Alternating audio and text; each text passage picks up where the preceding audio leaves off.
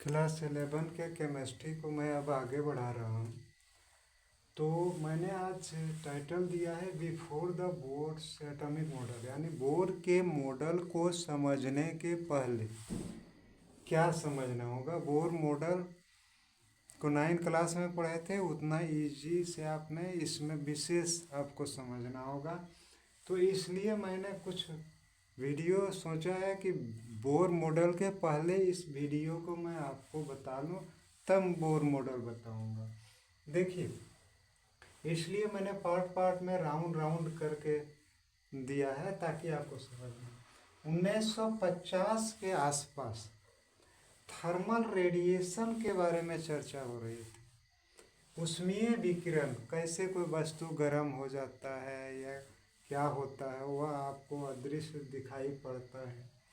लेकिन 1870 यानी जो 1870 का डिकेड था, उसके शुरुआत डिकेड में ही एक जो रसायन शास्त्र का महान वैज्ञानिक था, जेम्स क्लार्क मैक्सवेल, इसका फिजिक्स में भी आप रूल पढ़ेंगे, क्योंकि आप जो अभी केमिस्ट्री पढ़ रहे हैं वो एक तरह से फिजिक्स का एक पार्ट है।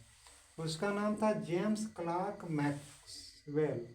मैक्सवेल ने बताया कि इलेक्ट्रोमैग्नेटिक जो वेव्स होता है, विद्युत चुंबकीय जो तरंगें होती है, वह इज प्रोड्यूस्ड, उत्पन्न जो होता है विद्युत चुंबकीय तरंगें, वह आवेशित कणों के कारण उत्पन्न होता है। उसने यह एक थ्योरी दिया मैक्सवेल ने, और इस थ्योरी को उस समय के महान वैज्ञानिक हेनरी हर्ट्ज ने इसे सत्यापित किया, वेरीफाई किया कि यह बात सही है।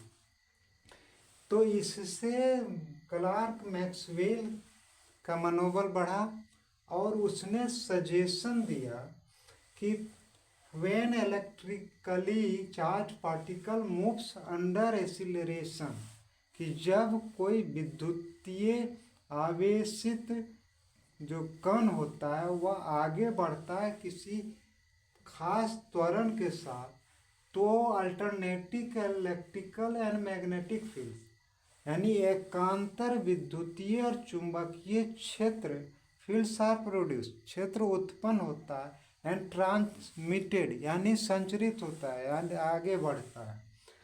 These fields are transmitted in the forms of wave, ये जो फील्ड होता है वह किस रूप में आगे बढ़ता है, तो यह बढ़ता है वेव्स के फॉर्म में, वेव्स के रूप में, तरंग के रूप में, जिसको हम लोग इलेक्ट्रोमैग्नेटिक वेव्स या इलेक्ट्रोमैग्नेटिक रेडिएशंस कहते हैं, यानी विद्युत चुंबकीय तरंग या विद्युत चुंबकीय विकिरण कहते हैं।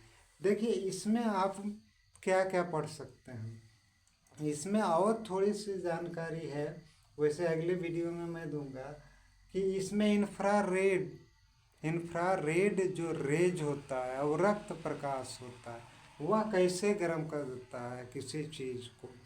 हम लोग बहुत सुनते हैं अल्ट्रा वायलेट रेज जो है सूर्य से आता है, वो हमें हानिकारक होता है, और कैसे विजिबल लाइट के जो होता है उसके कारण हम देख सकते हैं।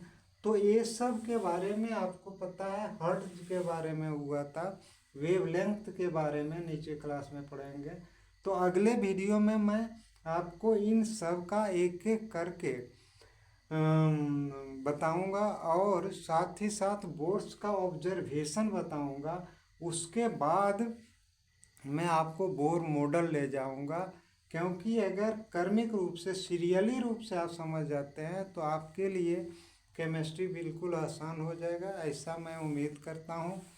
और अगर मेरी वीडियो से आप संतुष्ट हो रहे हैं तो प्लीज़ लाइक और सब्सक्राइब कीजिए, यही मैं आपसे उम्मीद करता हूं।